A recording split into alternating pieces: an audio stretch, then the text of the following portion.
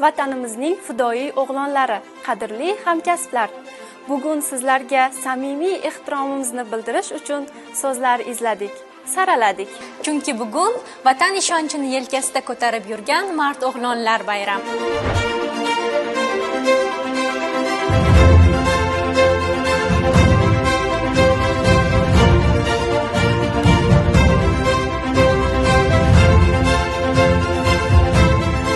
Siz qonuniylikni va adolatni ta'minlayotgan tinchlik posbonlarisiz. Siz bor joyda tartib, adolat va ishonch bor.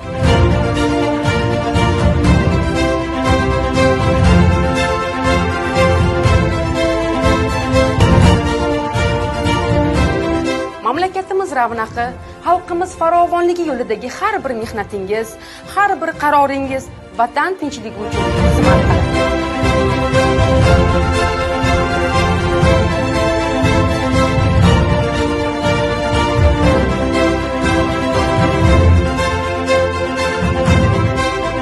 Sizga mustahkam sog'lik va farovonlik tilaymiz.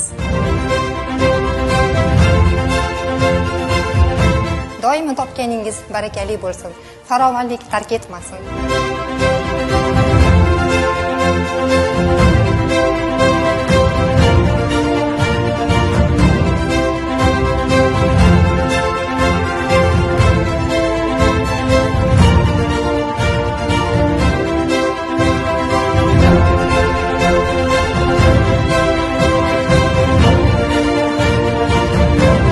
Qaddingiz va qadringiz doim baland bo'lsin.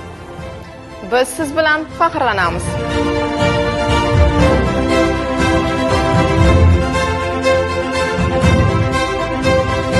Bayoningiz muborak bo'lsin.